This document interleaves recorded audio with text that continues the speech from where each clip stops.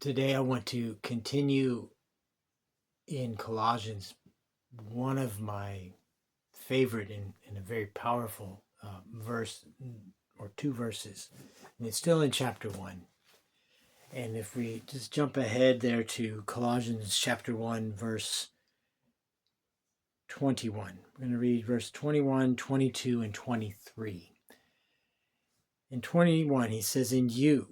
So read this personally. Again, take this, read it, understand it, even talk to God about it. It's personal. You.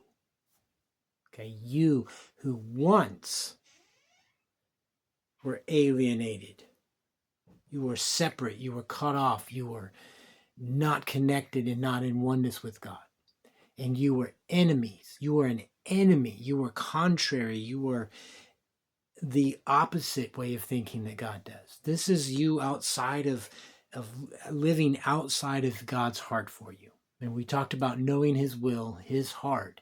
This is you completely separate from that. And he says, that's what I once was. That's what you once were. So we can take this personally. You take this personally. You once were alienated and an enemy in your mind, how you're thinking, what you're seeing, by wicked works. So out of the abundance of the heart, the mouth speaks, and you know a tree by its fruit. So when I think with the wrong way of thinking, what comes forth is the wrong way of being and wrong way of doing. James describes wisdom that's not from above. He said it's earthly, sensual, and demonic. It's disconnected from the heavenly, the spiritual wisdom, the wisdom that does come from above. In Colossians, Paul talks about that in beginning of chapter 3. He talks about setting your affection, your heart, your focus upon the things that are above where Christ is. So when I was separate, alienated, and enemy, I was thinking and looking and acting opposite. But now something's changed. And he says, that's what I once was, yet now. So I'm no longer what I once was. Now something's different. This goes on, and he says, yet now he has reconciled.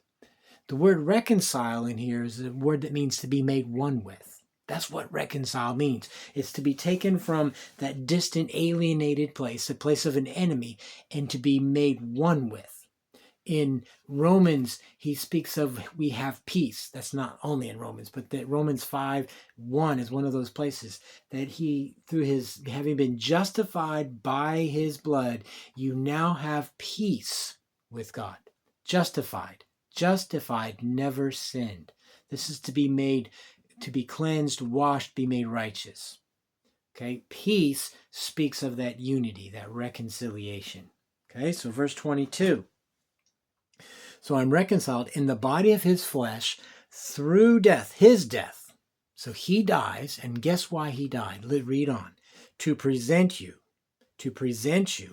holy, blameless, and above reproach in his sight. So how does God see you? Right here he tells you. He sees you as holy, he sees you as blameless, and above reproach, beyond reproach. You can't even, there's no accusation being brought against you. This is so beautiful. You need to identify yourself the way God does. He sees you as holy, blameless, and beyond accusation. But when we get to verse 23, we find an if. And sometimes we're afraid of the if. And we think of it, yeah, but there's an if, there is an if, and it's an awesome if you lead it. He says, if indeed, so in truth, this is the if you continue in the faith. What does that mean? How you're thinking, what you're believing. Do you believe what he just said, that you're holy and blameless, above reproach in his sight? If you believe that the word, what he just said, is true, then you will live as it's true. If indeed you continue in the faith, grounded and steadfast, not moved away by any circumstances, feelings, anything that comes against that and says, no, you're not holy, you're not blameless, and will try to remind you of the past.